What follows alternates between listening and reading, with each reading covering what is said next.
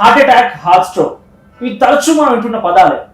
మనకు కావచ్చు, లేకపోతే చూసే సమాజానికి కావచ్చు, కేవలం పదాలే. కాకపోతే ఎన్నో వేల మంది జీవితాలని, కొన్ని వ్యవస్థల్ని, కొందరు వ్యక్తులని, కుటుంబాలని చిరిమేస్తూ ఉంది.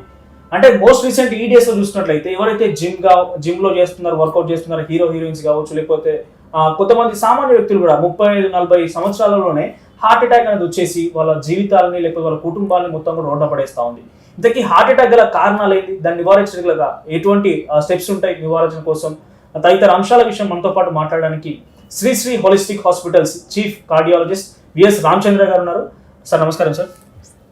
సార్ ముఖ్యంగా మనం చూస్తూనే ఉన్నాం సమాజంలో రీసెంట్ డేస్ లో హీరోయిన్స్ ఎక్కువగా ఎఫెక్ట్ అవుతున్నారు. ఆ మధ్యలో సిద్ధార్థ్ అని చెప్పి బాలీవుడ్ యాక్టర్, నిన్న రీసెంట్ గా కర్ణాటక నుండి పునీత్ రాజ్ కుమార్ అని బిగ్ సెలబ్రిటీస్ ఎక్కువగా జిమ్ లో వర్కౌట్ చేస్తూ చనిపోతున్నారని చూస్తా ఉన్నాం. ఆ జిమ్ వర్కౌట్స్ అనే కాకుండా సామాన్య వ్యక్తులు కూడా 35-40 సంవత్సరాలనే హార్ట్ అటాక్ వచ్చి వాళ్ళ కుటుంబాల మొత్తం రోడ్డు పడతా ఉన్నాయి. సార్ ఇంత తక్కువ ఏజ్ లో, అంటే రీసెంట్ డేస్ లో మనకి ఇప్పుడున్న ఫుడ్ హ్యాబిట్స్ అట్లానే ఉన్నాయి. కొలెస్ట్రాల్ అని కొందరు, ఫ్యాట్ అని కొందరు, ఈ రకంగా చాలా మాట వినిపిస్తున్నారు కదా. అసలు ఈ హార్ట్ అటాక్ గల కారణం ఏంటి? ఇంత 40 years of age heart attack, stroke అని చెప్పి ఎందుకు వినిపిస్తుంది సార్ మనకి? సో దీనికి మెయిన్ కారణం ఏంటంటే గుండె రక్తనాళాల్లో కొవ్వు పెరిగిపోవటం.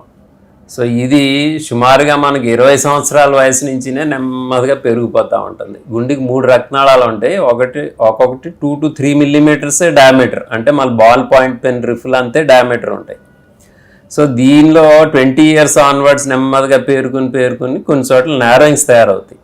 ఈ నారోయింగ్స్ ఉన్న చోట మనకి సడన్లీ మెంటల్ స్ట్రెస్ కానీ, బాగా అన్అకస్టమ్డ్గా, అంటే ఏ రోజు చేయనా ఆ రోజు ఎక్కువ ఎక్సర్సైజ్ చేయటం మూలానో, లేకపోతే మనకు భయం వేసినప్పుడు, లేకపోతే స్మోకింగ్ చేసినప్పుడు, ఎక్కడైతే కొవ్వు పెరిగిపోయి నేరో అయిందో అక్కడ క్రాక్ ఇస్తుంది. క్రాక్ ఇచ్చినప్పుడు ఎక్కడైనా మీకు ఏదన్నా ఇంజరీ వచ్చినప్పుడు చూడండి, బ్లడ్ కొంచెం సేపు కారి అక్కడ క్లాట్ అయిపోతుంది. సో ఈ క్రాక్ అనేది ఈ రక్తనాళాల లోపల భాగంలో ఇస్తుంది. సో అలాంటప్పుడు అక్కడ క్లాట్ అయిపోతుంది. ఎందుకంటే బయటకు బ్లడ్ కారినా లోపలికి వెళ్ళినా సరే బ్లడ్ కాదు, ఒక టెండెన్సీ ఏంటంటే ఎక్కడైనా ఏదన్నా ఇంజరీ అయిన చోట క్లాట్ అవటం. క్లాట్ అయినప్పుడు రక్తం సరఫరా శాంతం ఆగిపోయి హార్ట్ అటాక్ వస్తుంది. హార్ట్ అటాక్ వచ్చిన ఫస్ట్ ఫ్యూ అవర్స్ లోపల ఎక్కడైతే ఆ మాంసఖండరానికి అయితే బ్లడ్ సప్లై అందటం లేదో అక్కడ ఎలక్ట్రిక్ షార్ట్ సర్క్యూట్స్ తయారవుతాయి. షార్ట్ సర్క్యూట్ తయారైనప్పుడు గుండె 60-80 సార్లు నిమిషానికి కొట్టుకోవాల్సింది 300-400 సార్లు కొట్టుకుని ఫిబ్రిలేషన్ అంటారు, సడన్లీ ఆగిపోతుంది. దీని మూలాన సడన్ కార్డియాక్ డెత్, అంటే అకస్మాత్తుగా చనిపోతారు. హార్ట్ అటాక్లు నార్మల్లీ కూడా స్టాటిస్టికల్లీ మీరు చూస్తే 90% మందికి ముందు ఏమి సిమ్టమ్స్ ఉండవు. అంటే ఒక గంట ముందు కానీ, ఒక రోజు ముందు కానీ యాబ్సల్యూట్గా నార్మల్గానే ఉంటారు. మీకు తెలిసిన వాళ్ళకి కొంతమందికి వచ్చి ఉంటుంది, మీరే ఆలోచించుకోండి. ఎవరికి కూడా ముందు చెప్పి నెమ్మదిగా రాదు, అందుకనే దాన్ని హార్ట్ అటాక్ అంటారు. అలాగే బ్రెయిన్కి రక్తనాళాలు మూసిపోతే బ్రెయిన్ స్ట్రోక్ అంటారు. స్ట్రోక్ అంటే సడన్గా వచ్చిందని. సో రెండు కూడా క్లాటింగ్ అవటం మూలాన, బ్లడ్ సప్లై ఆగిపోవటం మూలాన డ్యామేజ్ అవుతుంది. హార్ట్ మసిల్ అవనివ్వండి, బ్రెయిన్ టిష్యూ అవనివ్వండి. అందుకనే దీన్ని హార్ట్ అటాక్ అని, బ్రెయిన్ స్ట్రోక్ అంటారు. సో ముందు దీనికి వార్నింగ్ సిమ్టమ్స్, సైన్స్ అనేది 90% మందికి ఉండదు. ఇది నెంబర్ 1 మనకు తెలియాలి. ఎందుకంటే నేను బాగానే ఉన్నాను, నాకేమీ లేదు, ఇప్పుడు నాకు నొప్పి వస్తుంది, ఒక 2 రోజుల తర్వాత ఆగుదాం చూద్దాం అనుకోవడానికి లేదు. మీకు ఆ సిమ్టమ్స్ వచ్చినప్పుడు స్పెషల్లీ సెంటర్ ఆఫ్ ద చెస్ట్లో ఈ ఏరియా లోపల ఒక డిఫ్యూజ్గా, అంటే ఒక చిన్న ఏరియా కాదు, చాలామంది టైల్ పెట్టి చూపిస్తూ ఉంటారు. అలా కాకుండా ఈ మొత్తం అలా నొక్కినట్టో లేకపోతే బరువులాగానో మంటలాగా వచ్చి, స్పెషల్లీ ఇది లెఫ్ట్ హ్యాండ్ ఈ ఇన్నర్ సైడ్కి వెళ్ళటం, లేకపోతే మెడ లోపల నుంచి దవడ లోపలికి వెళ్ళటం, మీరు నడిచినప్పుడు నొప్పి పెరగటం, కొంచెం 2 సెకండ్లు 2 నిమిషాల నుంచి ఉంటే తగ్గిపోవటం, లేకపోతే మీరు కూర్చున్నప్పుడు కూడా ½ an hour అన్న తగ్గకుండా వచ్చి, స్పెషల్లీ వాంతులో లేకపోతే చెమటలు పడటం, కళ్ళు తిరిగి పడిపోవటం, ఆయాసం రావటం, అలాంటి సిమ్టమ్స్తో పాటు అసోసియేట్ అయినప్పుడు ఇది హార్ట్ నొప్పి అని మీరు జాగ్రత్త పడి ఇమ్మీడియట్లీ హాస్పిటల్కి వెళ్ళి ఈసీజీ, ఎకో, ట్రోపోనిన్ అనే బ్లడ్ టెస్ట్ ఉంటుంది, అవి చేయించుకుంటే హార్ట్ ప్రాబ్లం ఉందా లేదా అనేది తెలుస్తుంది. సో నెంబర్ 1 ఏంటంటే హార్ట్ అటాక్ అనేది మనకి చెప్పి నెమ్మదిగా రాదు, సడన్గానే వస్తుంది. నెంబర్ 2 ప్రాబ్లం ఏంటంటే హార్ట్ అటాక్లో చనిపోయే వాళ్ళల్లో సగానికి సగం మంది హాస్పిటల్ జారకముందే చనిపోతారు. సో ఇది కూడా ఈ దడమూలానే, నేను ఇందాక చెప్పిన దడమూలానే. ఏంటంటే రక్తం సరఫరా ఆగిపోయినప్పుడు హార్ట్ మసిల్కి 3 రక్తనాళాలు ఉంటాయి. సో మూడిట్లో ఏదో ఒకటి బ్లాక్ అయిపోయినప్పుడు అది సప్లై చేసే మాంసఖండరం ఆ ఏరియాలో బ్లడ్ సప్లై లేనప్పుడు హార్ట్ పంప్ చేస్తూనే ఉండాలి. అది రెస్ట్ తీసుకోలేదు. అలాంటప్పుడు అక్కడ short circuits, electric short circuits తయారవుతాయి. ఎందుకంటే హార్ట్లో మనం ఈ రూములు, ఈ గది లోపల, ఈ గోడల లోపల నుంచి ఎలా వైర్లు వెళ్తున్నాయో అలాగే హార్ట్ మసిల్ లోపల నుంచి కూడా ఎలక్ట్రిక్ వైర్స్ లాంటివి వెళ్తూ ఉంటాయి. సో ఈ డ్యామేజ్ అయినప్పుడు ఏమవుతుందంటే ఆ వైర్లు షార్ట్ సర్క్యూట్ అయ్యి మీకు బత్తి అయితే, బల్బ్ అయితే అలా ఫ్లిక్కర్ అవుతుందో అలాగే గుండె కూడా ఇట్ట 400-500 సార్లు కొట్టుకుని ఆగిపోతుంది. సో దీన్ని సడన్ కార్డియాక్ డెత్ అంటారు. సో నంబర్ 2 ఫ్యాక్ట్ ఏంటంటే హార్ట్ అటాక్తో చనిపోయే వాళ్ళలో సగానికి సగం మంది హాస్పిటల్ జారకముందే ఈ దడ మూలాన చనిపోతారు. సో చాలా ఇంపార్టెంట్ ఏంటంటే త్వరగా హాస్పిటల్ వెళ్ళటం. హాస్పిటల్కి వెళ్ళేటప్పుడు కానీ మీరు ఎక్కడైనా మీకు పబ్లిక్ ప్లేసెస్లో ఏఈడి అంటారు, ఆటోమేటిక్ ఎక్స్టర్నల్ డీఫిబ్రిలేటర్, ఒక చిన్న మెషిన్ లాంటిది ఉంటుంది, దానికి ప్యాడల్స్ ఉంటాయి. మీరు కనెక్ట్ చేశారనుకోండి, అదే మీ గుండె ఫాస్ట్గా కొట్టుకుంటుందా, ఈ దడలో ఉన్నారా లేదా అని చెప్పి ప్రాంప్ట్ చేస్తుంది, ప్లీజ్ ప్రెస్ దిస్ బటన్ అని. ఆ బటన్ నొక్కితే అదే షాక్ ఇచ్చి ఆ దడని తీసేయగలదు అది. సో ఇలా మనల్ని కాపాడుతుంది.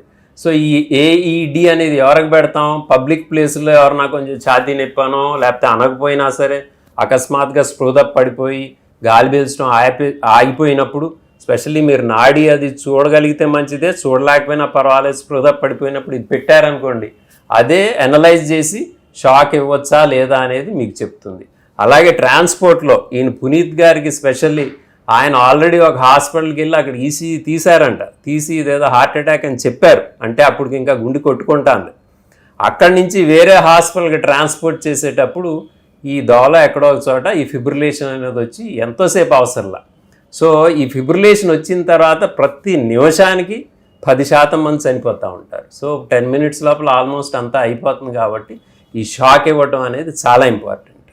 థర్డ్ థింగ్ ఏంటంటే ఎవరన్నా పక్కన ఉన్న వాళ్ళకి ఈ ఏఈడి సంగతి తెలియాలి, ప్లస్ కార్డియోపల్మనరీ రిసస్టేషన్ రావాలి. కార్డియోపల్మనరీ రిసస్టేషన్ అంటే స్పృహ తప్పి ఎవరన్నా పడిపోయినప్పుడు మనం చెస్ట్ మీద ఈ సెంట్రల్ ఏరియాలో కంప్రెస్ చేసామనుకోండి, హార్ట్ని మనం బయట నుంచి కంప్రెస్ చేసి అది చేసే పని మనమే చేయొచ్చు.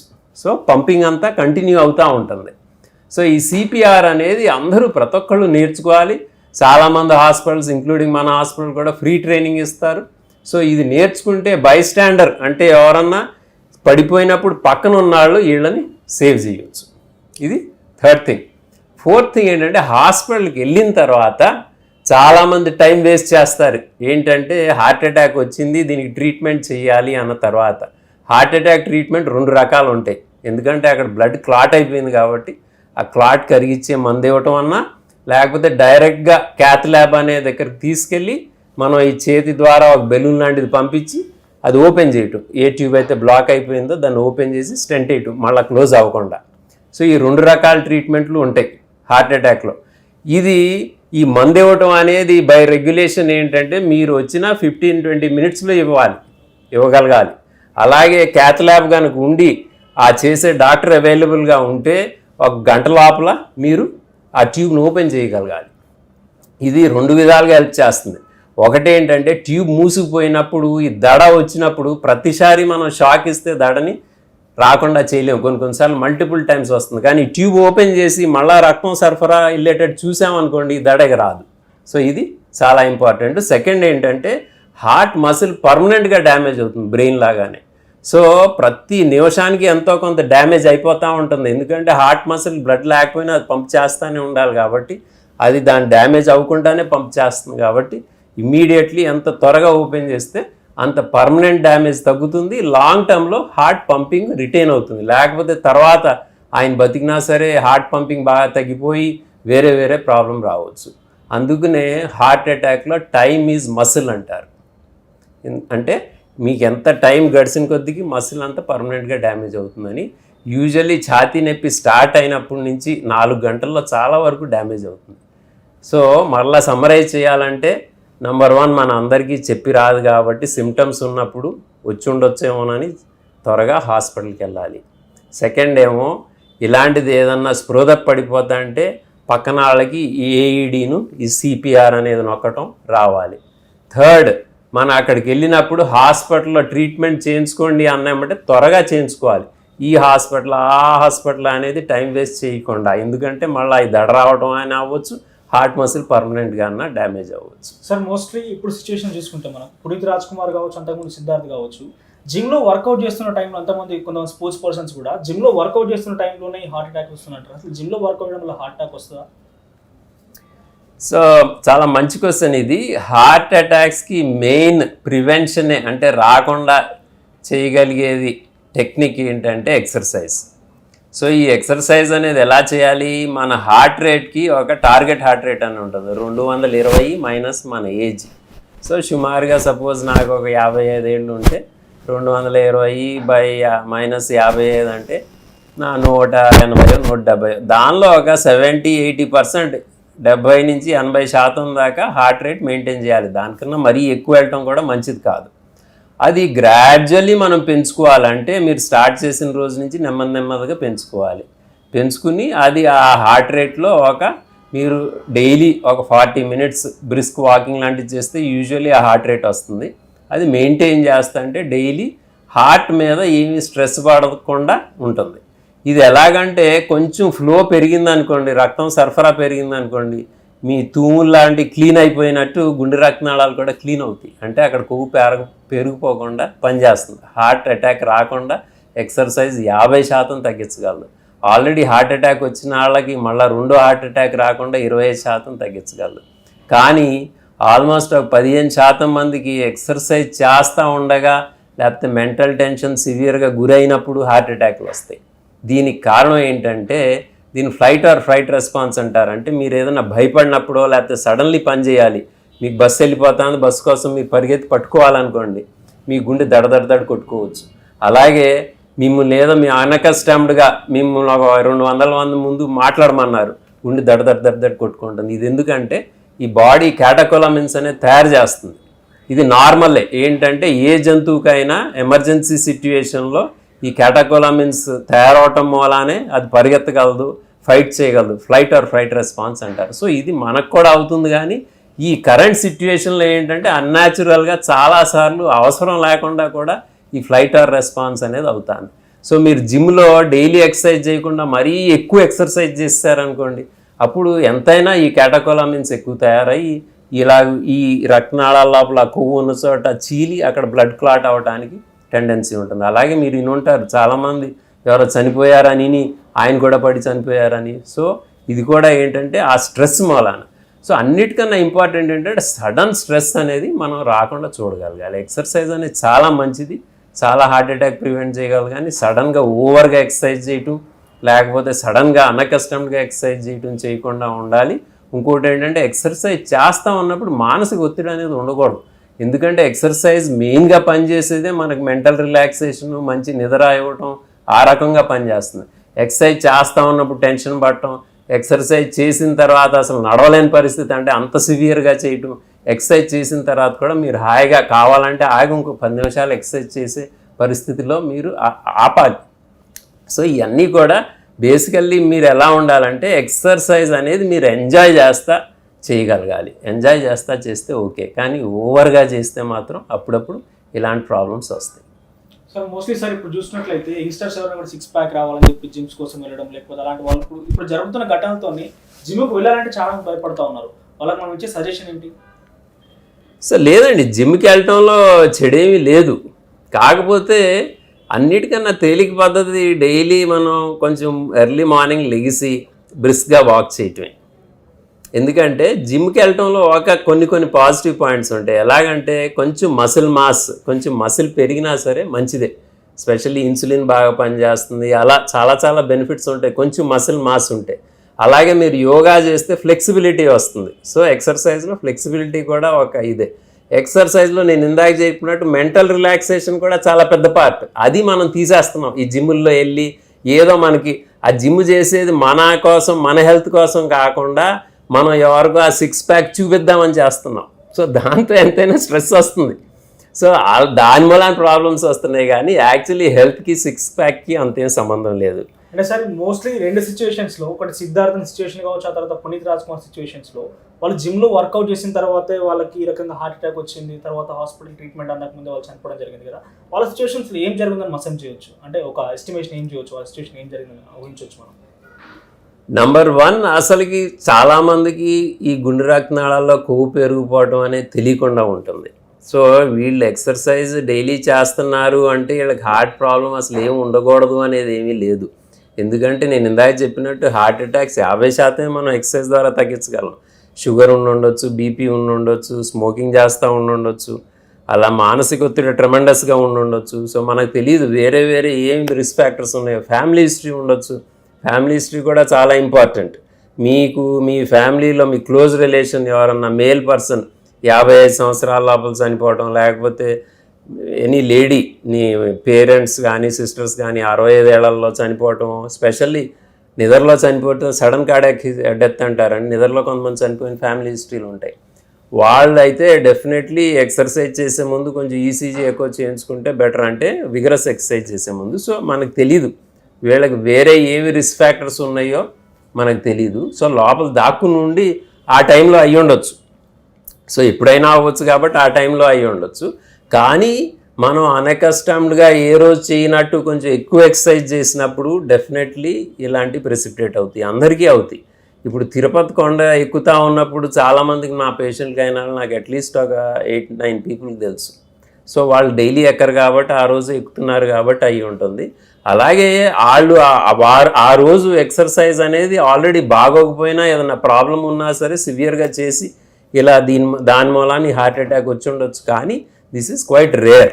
సో యూజువల్లీ ఏంటంటే హార్ట్ అటాక్ అనేది ఎక్సర్సైజ్ చేయని వాళ్ళకి ఎక్కువ వస్తుంది, చేసిన వాళ్ళకి ఎక్కువ రాదు. కాకపోతే మరీ సివియర్ ఎక్సర్సైజు అన్అకస్టమ్డ్గా ఒకేసారి చేయటం, అది కూడా మెంటల్లీ రిలాక్సేషన్ లేకుండా ఏదో పొందాలని చేయటం ఈ కరెక్ట్ కాదు. ఈ హార్ట్ స్ట్రోక్, హార్ట్ అటాక్స్ అనే జీన్స్ పరంగా కూడా యాన్సిస్టర్స్ ఉన్న వాళ్ళు కూడా అట్లా అటాక్ అయ్యే ఛాన్సెస్ ఉన్నాయా? చాలా ఇంపార్టెంట్. ఫ్యామిలీ హిస్టరీ అనేది చాలా ఇంపార్టెంట్. అదే కదా ఫ్యామిలీ హిస్టరీ డెఫినేషన్ ఏంటంటే మీకు మేల్ మెంబర్స్ ఎవరన్నా ఫస్ట్ డిగ్రీ రిలేటివ్స్ అంటారంటే పేరెంట్స్ కానీ బ్రదర్స్ సిస్టర్స్ కానీ, యూజువలీ మావయ్యలు అలాంటి వాళ్ళు కొంచెం సెకండ్ డిగ్రీ అంటే కొంచెం దూరపు రిలేషన్ కానీ అది కూడా ఇంపార్టెంట్. ఫీమేల్ ఎవరన్నా లేడీస్కి ఎవరికైనా అంటే మీరు లేడీస్ అని కాదు, లేడీస్ అంటే మన మదర్ కానీ సిస్టర్స్ కానీ వాళ్ళకి లెస్ దెన్ 65 ఇయర్స్ లోపల ఉండి వాళ్ళు స్పెషల్లీ మేల్ అయితే స్మోకింగ్ చేయని వాళ్ళు ఉండాలి. ఎందుకంటే స్మోకింగ్ చేస్తే దాని మూలాన్ని వచ్చి ఉంటుంది. అలా ఫ్యామిలీ హిస్టరీ ఉన్నవాళ్ళు చాలా జాగ్రత్తగా ఉండాలి. ఎందుకంటే వీళ్ళకి షుగరు బీపీ ఏమీ లేకపోయినా సరే, వేరే ప్రమాదకరమైన అంశాలు ఏమీ లేకపోయినా సరే ఈ ఫ్యామిలీ హిస్టరీ మూలానే హార్ట్ అటాక్స్ రావచ్చు. కాబట్టి వీళ్ళు జాగ్రత్తగా ఉండి కొన్ని టెస్టులు ఈ ప్రమాదకరమైన అంశాలు ఉన్నాయా లేదా, షుగరు బీపీ కొలెస్ట్రాల్ బరువు ఎక్కువ ఎక్సర్సైజ్ లేకపోవడం మన ఫుడ్ లోపల వెజిటబుల్స్ ఫ్రూట్స్ లేకపోవడం మానసిక ఒత్తిడి ఇవన్నీ ఉన్నాయా లేదా చూసుకుని ప్లస్ సిటీ కాల్షియం స్కోర్ లాంటిది చాలా సింపుల్ టెస్ట్ ఎక్స్రే లాగా ఉంటుంది. గుండె రక్తనాళాల్లో కొవ్వుతో పాటు కాల్షియం కూడా పెరిగిపోతుంది. సో ఆ కాల్షియం ఉందా లేదా అనేది మనకు తెలుస్తుంది. కాల్షియం లేకపోతే మోస్ట్ ప్రాబ్లీ కొవ్వు కూడా అక్కడ పెరిగిపోలేదని, కాల్షియం ఉందంటే రక్తనాళాల్లో ఆల్రెడీ కొవ్వు పెరిగిపోతుందని. సో అలాంటి టెస్ట్ ముందే మనం చేయించుకున్నాం అనుకోండి మనం ఫిట్గానే ఉందా అనుకోవచ్చు. కానీ ఈ టెస్ట్ లోపల ఆల్రెడీ అక్కడ పెరిగిపోతుందని తెలిస్తే మనం ముందే కొన్ని ట్రీట్మెంట్లో జాగ్రత్తలు తీసుకుని, మెయిన్గా ఏం జాగ్రత్తలు లేదు, ఈ రిస్క్ ఫ్యాక్టర్స్ లేకుండా ఉండటం, మానసిక ఒత్తిడి లేకుండా ఉండటం, ఎక్సర్సైజ్ కొంచెం రెగ్యులర్గా చేయటం, కొన్ని కొలెస్ట్రాల్ తగ్గించే మందులు, రక్తం పలచబడే మందులు వాడటం ద్వారా మనం ఆల్మోస్ట్ 90% కన్నా ఎక్కువ హార్ట్ అటాక్స్ ప్రివెంట్ చేయవచ్చు. సార్ మోస్ట్లీ అంటే అపార్ట్ ఫ్రమ్ సెలబ్రిటీస్ కావచ్చు, లేకపోతే బయట చేసే కొంతమంది ఎక్సర్సైజ్ కాకుండా కూడా కొంచెం ఫ్యాట్తో అట్లా హార్ట్ అటాక్ వచ్చిన వాళ్ళు ఉంటారు కదా. ఇది కాకుండా సామాన్య వ్యక్తులు డైలీ లేబర్స్ లేకపోతే కొన్ని వర్క్ చేసుకునే వాళ్ళు కూడా అసలు సడన్గా హార్ట్ అటాక్ రావడం, వాళ్ళు కూడా చనిపోవడం చాలా సిచ్యువేషన్ జరుగుతుంది. వాళ్ళకి ఏం డెఫిషియన్సీ జరిగింది అనుకోవచ్చు మనం? సో మీరు అడిగే క్వశ్చన్ బాగా పనిచేసే వాళ్ళకి హార్ట్ అటాక్స్ రావా అని, ఇది చాలా ఇంపార్టెంట్ క్వశ్చన్. ఇది ఏంటంటే డెవలపింగ్ కంట్రీస్లో ఎక్కువ హార్ట్ అటాక్స్ వస్తాయి. ఎందుకంటే మనకు ఆహారం లేని పరిస్థితి నుంచి సడన్లీ మనకు ఆహారం దొరికే పరిస్థితి. మీరు చూస్తే ఒకప్పుడు మనం మిల్లెట్స్ అలాంటివి ఎక్కువ తీసుకునేవాళ్ళం, దాని నుంచి రైస్కి చేంజ్ అయ్యాం. అది కూడా వైట్ రైస్ అంటే దాన్ని పాలిష్ చేసేసి తింటున్నాం. ఈవెన్ బీదాలు కూడా పాలిష్డ్ రైస్ తింటున్నారు. అది కూడా మనకు కావాల్సిన దానికన్నా మీరు చూస్తే మీ తాతలో ఎవరో పెద్దవాళ్ళు ఆల్మోస్ట్ ప్లేట్ నిండా రైస్ తిన్నా సరే సన్నగానే ఉంటారు. వేరాజ్ ఇప్పుడు మనం కొంచెం దానిలో పావువంతు తిన్నా సరే మనం ఫ్యాట్ అక్యుములేట్ అయిపోతుంది. సో బేసికలీ ఎక్కడ తేడా వస్తూ ఉందంటే వాళ్ళు చేసే ఎక్సర్సైజ్. వాళ్ళు రోజుకి 10 గంటలు 12 గంటలు కష్టపడేవాళ్ళు, మనం రోజుకి ఇప్పుడు అరగంట వాకింగ్కి వెళ్ళాలన్నా మనకి టైం దొరకట్లేదు. సో దిస్ హ్యూజ్ చేంజ్ వచ్చింది. ఇంకొకటి డైట్లో కూడా చాలా చేంజెస్. వాళ్ళు చాలా కూరగాయలు చాలా అంటే వాళ్ళు ఏం పండించుకునే వాళ్ళు వాళ్ళు తినేవాళ్ళు. మనకేంటంటే ఇప్పుడు గ్రాడ్యువల్లీ చాలా రెస్ట్రిక్ట్ అయిపోయింది. రైసు, కొన్ని కూరలు, కొన్ని ఫ్రైస్, అలాగంటే ఒక రకంగా చాలా బ్యాడ్ ఈటింగ్ హ్యాబిట్స్ అయిపోయింది. ఆహారంలో మెయిన్గా 4 థింగ్స్ ఏంటంటే ధాన్యాలు పాలిష్ చేయకూడదు, ఆయిల్స్ ఫ్రై చేయకూడదు, థర్డ్ థింగ్ ఉప్పు చాలా ఎక్కువ మనం తీసుకునేది, ఉప్పు మూలాన బ్లడ్ ప్రెషర్ పెరిగి దాని మూలాన హార్ట్ అటాక్స్ వస్తుంది. ఫోర్త్ ఏంటంటే బరువు పెరగకుండా మీరు చూసుకోవాలి, ఆహారం అంతా మితిగా తీసుకోవాలి. స్పెషల్లీ ఈ పొట్ట ఏరియాలో బాణపొట్ట అంటారు, అంటే ఈ ఏరియాలో ఫ్యాట్ అక్యుములేట్ అవ్వకుండా చూసి వెయిట్ పర్ఫెక్ట్గా ఉండి ఈ సింపుల్ డైటరీ చేంజెస్ కనుక మీరు చేయగలిగితే చాలా వరకు హార్ట్ అటాక్స్ తగ్గుతాయి. దీంతో మెంటల్ రిలాక్సేషన్ కూడా చాలా ఇంపార్టెంట్. పూర్వంకి ఇప్పటికి తేడా అది. మీరు చూడండి, ఈవెన్ లేబరర్ కూడా చాలా స్ట్రెస్ పడుతూ ఉంటారు. సో ఆ మెంటల్ రిలాక్సేషన్ అనేది లేకుండా పోయింది. ప్లస్ చాలా వేరే తేడాలు కూడా వచ్చినాయి. పొల్యూషన్ను, వేరే వేరే మనం తినే ఆహారంలో పొల్యూషను, ఎయిర్లో పొల్యూషను, అట్లా ఈ తేడాలు అన్నిటి మూలాన ఇది వెస్టర్నైజేషన్ అంటారు. సో మనం ఈస్ట్ వెస్ట్ రెండు కూడా బ్యాడ్గా ఉన్నాం. ఎలాగంటే మనకి యూరోపియన్ హార్ట్ సొసైటీ చెప్తా ఉంది, Indians specially south east Asians అంటే ఇండియన్స్కి 1.5 times మల్టిప్లై చేయమని, అంటే 50% ఎక్కువ ఛాన్స్ హార్ట్ అటాక్ రావడానికి. అంటే ఇక్కడ ఇండియన్ స్మోక్ చేయరు, అక్కడ యూరోపియన్ స్మోక్ చేయరు. ఇక్కడ ఇండియన్కి డయాబెటీస్ ఉంటుంది, అక్కడ యూరోపియన్కి డయాబెటీస్ ఉంటుంది. కానీ వాళ్ళకన్నా 50% ఎక్కువ ఛాన్స్ ఉంటుంది ఇండియన్కి హార్ట్ అటాక్ రావడానికి. ఇది జెనెటిక్గానో మరి ఎందుకో తెలియదు, కానీ మన ఇండియన్స్కి ఎక్కువ హార్ట్ అటాక్స్ వచ్చే ఛాన్సెస్, అలాగే డయాబెటిక్ టెండెన్సీ ఎక్కువ ఉంటుంది ఇండియన్స్కి. అందుకని మనం చాలా జాగ్రత్తగా ఉండాలి. మెటాబాలిక్ సిండ్రోమ్ అనేది ఒకటి ఇండియన్స్కి ఆల్మోస్ట్ 50 నుంచి 60-70% మందికి ఉంటుంది. మెటాబాలిక్ సిండ్రోమ్ అంటే ఏంటంటే కొంచెం షుగర్ ఎక్కువ ఉంటాం, కొంచెం బీపీ ఎక్కువ ఉంటాం, ఫాస్టింగ్ బ్లడ్ షుగర్ 100 కన్నా ఎక్కువ ఉంటాం, బ్లడ్ ప్రెషర్ 120-130 కన్నా కొంచెం ఎక్కువ ఉంటాం, మంచి కొలెస్ట్రాల్ హెచ్డిఎల్ అనేది తక్కువ ఉంటాం, ఫ్యాటీ లివర్ ఉంటాం, ట్రైగ్లిసరైడ్ అనేది ఎక్కువ ఉంటాం, బాణపొట్ట ఉంటాం. మనందరికీ ఇండియన్స్కి మనం మిర్రర్ టెస్ట్ అంటారు, అంటే షర్ట్ తీసేసి పక్కకు తిరిగి మిర్రర్లో చూసుకున్నాం అనుకోండి, పొట్ట దగ్గర కొంచెం బయటకు వస్తుంది, దాన్ని సెంట్రల్ ఒబిసిటీ అంటారు. ఈ మెటాబాలిక్ సిండ్రోమ్ ఇండియాలో చాలా కామన్, హార్ట్ అటాక్కి నంబర్ 1 కాజు. దీని మూలానే యుఎస్లో అక్కడ 65 ఏళ్ళకి హార్ట్ అటాక్స్ వస్తా అంటే యావరేజ్ ఏజ్ 65 yearsకి, మనకి ఇక్కడ 40-45 yearsకి వస్తుంది. సో ఆల్మోస్ట్ 20 ఏళ్ళు తక్కువ వయసులో వస్తుంది. కానీ ఇది రాకుండా చేసుకోవటం, మనకు ఒక అవగాహన ఉంటే ఎందుకు వస్తుందని తెలిస్తే, ఇప్పుడు మనకు తెలుసు కాబట్టి ఈ జాగ్రత్తలు తీసుకుని మనం చాలా వరకు ప్రొటెక్ట్ చేసుకోవచ్చు. ఎవరికో ఫిలిం స్టార్కియో లేకపోతే ఎవరికో సెలబ్రిటీకో వాళ్ళు పాపం వాళ్ళు ఏం మెంటల్ స్ట్రెస్లో ఉండి ఎక్సర్సైజ్ చేస్తున్నారో అని వాళ్ళకి వచ్చిందని మనం ఏమీ భయపడిన అవసరం లేదు. మనం హాయిగా రోడ్డు మీద నడవటం కానీ జిమ్కి వెళ్ళినా సరే హాయిగా ఎక్సర్సైజ్ చేసుకుంటే దాని మూలాన మీకు ఫిట్నెస్ వస్తుంది, లాంగ్ లైఫ్ వస్తుంది, మెంటల్ రిలాక్సేషన్ కూడా వస్తుంది. So sir final question sir ఒకటి, ఇప్పుడున్న యంగ్స్టర్స్లో చాలా వరకు మనం చూస్తున్నాం స్పెట్స్ వాడడం అంటే సైట్ వచ్చేసింది. దాంతో పాటుగా మీరు అన్నట్టుగా ప్రీవియస్గా అయితే 45+50 ఉన్న వాళ్ళకి బీపీ అలాంటి ఎక్కువగా ఉండేవాయి. ఇప్పుడు ఏంటంటే stress at the same time స్టడీస్లో కావచ్చు, లేకపోతే స్మార్ట్ ఫోన్ యూసేజ్లో కావచ్చు, ఇది ఎక్కడం వల్ల బీపీ ఎక్కువ అవుతుంది, స్ట్రెస్ ఎక్కువ అవుతుంది. ఈ స్ట్రెస్ కంట్రోల్ చేయాలి, అట్ ది సేమ్ టైం మంచి డైట్ ఫాలో అవ్వాలంటే ఏం సజెస్ట్ చేస్తారు మీరు ఫైనల్గా? సో స్ట్రెస్ అనేది 4-5 రకాలు ఉంటుంది. ఒకటేమో బాధ ఉంటుంది కొంతమందికి, డిప్రెషన్ అనేది చాలా ఇంపార్టెంట్ కాజ్. సో ఎందుకు డిప్రెస్ అవుతున్నారు అనేది మనం అడగనవసరం లేదు, కానీ చాలామంది చాలా చిన్న కారణాలకి పెద్ద కారణాలకి డిప్రెస్ అవుతారు. సెకండ్ ఏంటంటే ఒక రకమైన ఒత్తిడి లాంటిది ఉంటుంది. ఒత్తిడి అంటే టైం స్ట్రెస్ అవ్వచ్చు, మనీ స్ట్రెస్ అవ్వచ్చు, మీకు ఇంటర్పర్సనల్ రిలేషన్షిప్ స్ట్రెస్ అవ్వచ్చు, దీని మూలాన ఉంటుంది. చాలామందికి ఫ్రస్ట్రేషన్ అనేది ఉంటుంది. ఫ్రస్ట్రేషన్ అంటే వాళ్ళకి ఏదో చేయాలో ఏదో అవ్వాలని ఉంటుంది, కానీ ఎవరికి చెప్పుకోలేని పరిస్థితి. సో ఈ 3 రకాల స్ట్రెస్ ఉంటుంది. సో ఈ స్ట్రెస్ చాలా వరకు బయట వెస్ట్లో స్ట్రెస్ మేనేజ్మెంట్ అంటారు. అంటే ఇది ఎలా మేనేజ్ చేయాలి అని, మనం దీన్ని మేనేజ్ చేసుకునే అవసరం లేదు. యాక్చువల్లీ మన ఇండియన్ ట్రెడిషన్ లోపల మనం 1/2 hour డైలీ కనుక ప్రాణాయామం మెడిటేషన్ చేస్తే స్ట్రెస్ వేరు, మనం వేరు అయిపోతాం. సో కొంచెం గ్యాప్ ఏర్పడుతుంది, మన థింకింగ్కి మనకి కొంచెం గ్యాప్ ఏర్పడుతుంది. ఆ గ్యాప్ మూలాన మీకు బయట ఎలాంటి పరిస్థితి ఉన్నా మీకు స్ట్రెస్గా అనిపించదు. ఇంకొకటి ఏంటంటే ఈ మెడిటేషన్ ద్వారా మనకి డీప్గా మెడిటేషన్ వెళ్ళినప్పుడు మీకు ఆ రెస్ట్, ఆ ప్లెజర్ అనేది ఒకసారి మీరు టేస్ట్ చేశారనుకోండి, మీ వేరే ఏది కూడా మీకు అంత ఇంపార్టెంట్గానో అంత క్రేవింగ్ అనిపించదు. దీని మూలన చాలా వరకు స్ట్రెస్ తగ్గుతుంది. సో మన ఏజ్ ఓల్డ్ ఇండియన్ యోగా సిస్టంలో ఈ ప్రాణాయామం మెడిటేషన్ కనుక డైలీ హాఫ్ అన్ అవర్ చేస్తే ఇది నాట్ వెల్ రీసెర్చ్డ్. ఎందుకంటే వెస్ట్లో ఫుడ్డును ఈ మెంటల్ రిలాక్సేషన్ అంత రీసెర్చ్ చేయాలి, మందుల మీద రీసెర్చ్ చేస్తారు కానీ.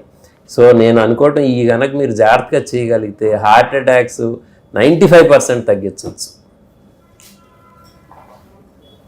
చూసారు కదా వ్యూయర్స్, హార్ట్ స్ట్రోక్ గల రీజన్ ఏంటి, అసలు ఎట్లా వస్తుంది, దాన్ని కంట్రోల్ చేయడం ఎలా, మోస్ట్లీ ఇప్పుడున్న యంగ్స్టర్స్ కావచ్చు స్ట్రెస్ కంట్రోల్ ఎలా చేయాలి, మెడిటేషన్ ఏ విధంగా ఫాలో అవ్వాలి, డైట్ ఏ విధంగా ఫాలో అవ్వాలి క్లియర్గా చెప్పడం జరిగింది. Thank you sir, thank you for spending valuable time and మాకు ఇట్లా మంచి సందేశం ఇచ్చినందుకు. సో అంతవరకు చూసిన వారు ఛానల్, థ్యాంక్ యూ.